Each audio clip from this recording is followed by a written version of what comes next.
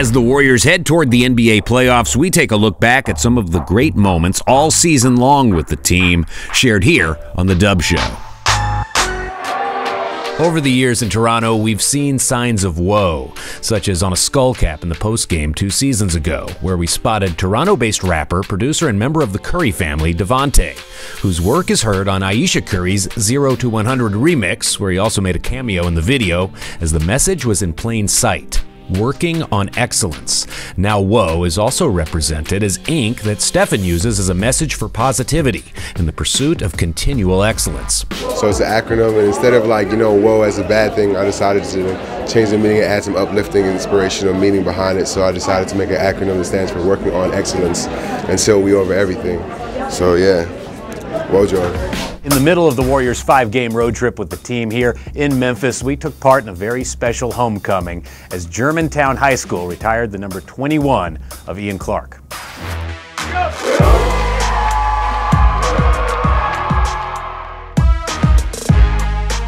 It's been a long time since I've been in the high school for sure, but being able to enjoy this moment, with my family, with my friends, with my teammates, former teammates, in the high school as well. It's a great honor. I'm blessed. Never thought it would happen, especially from, coming from a small kid like me. But I'm happy it did. Ian has always been the type of guy that he is. Growing up as a little kid, he's always been a very caring, very considerate, very compassionate young man. And to see him come back, I think people, they're not surprised, because he's always been the way that he is, and we're also very proud of him. We're so grateful. First of all, we count it a total blessing that he's at this point, because I can remember when he was 9 years old telling me he was going to the NBA, and I would give him statistics on how many players go in. He said, "But Mom, I'm still going." So it's a little surreal. I haven't really grasped it yet, but we're really thankful. To see his dream become a reality is just phenomenal. I can't explain, words cannot express how proud and how happy I am for him and to be his father. A lot of guys went to different schools around the area, but I chose to come here, and I wouldn't change it for the world.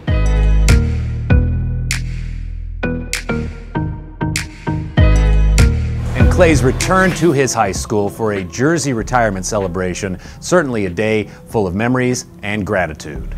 It's always nice coming back. This is where I planted a lot of roots. I owe Santa Margarita big time for what they've done for me, and it's a great way for them to honor me, and I'm very appreciative of it. And here's a look at the video that was part of the ceremony. An NBA champion, All-Star, and Olympic gold medalist, Klay Thompson's success on and off the court was strengthened by his experiences at Santa Margarita Catholic High School.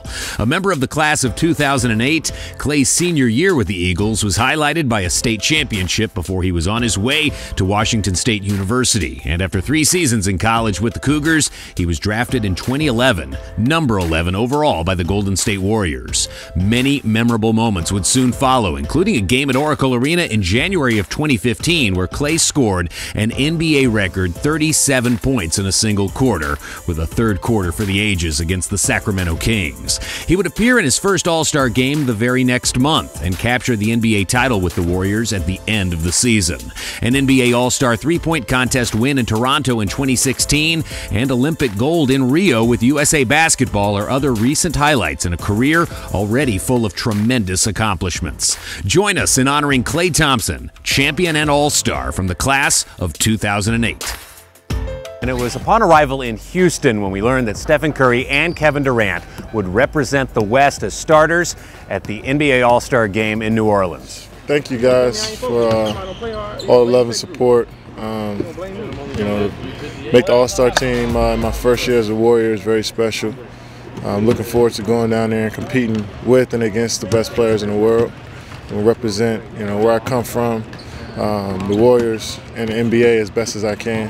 And it's never is always a dream, man. It's still a dream to me, man. I really appreciate it. It never gets old. In New York City over the weekend, a scavenger hunt for 30 pairs of the limited edition gold colorway of the newly revealed Curry 3-0 from Under Armour brought out some lucky fans to meet face-to-face with Stephen Curry at an event in Manhattan. Here are some of the scenes as they unfolded on Saturday. That's it right there. Curry 3-0 limited edition gold.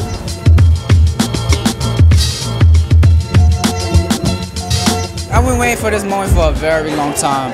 Steph is one of my favorite players, and it's just an honor to meet him right here. The Curry 3-0 is made for the second half of the year when I need to lock in for the playoff run. You're the only 30 people in the world that has his shoes right now. Earlier in the week, before departing Washington, D.C. after the game against the Wizards, Warriors players and coaches visited the Smithsonian National Museum of African American History and Culture. Coach Kerr shared his thoughts about the experience at this impressive museum. Well, this museum, first of all, is spectacular. Just an amazing piece of architecture to begin with.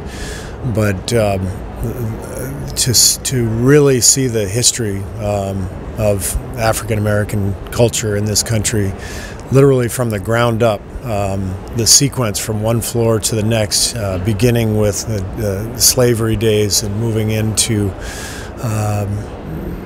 the Civil War and on to the Civil Rights era, to the modern sports landscape and pop culture. It's an incredible place. It tells a million stories, and pretty remarkable place to visit for all of us. We're lucky to be here. Warriors history at the start of the NBA beginning in Philadelphia, and a trip to Temple University brought us to their urban archives to take a look at photos captured by the Evening Bulletin newspaper in the early decades of the franchise. This journey back in time coinciding with our season-long look at the team's 70 years in the NBA.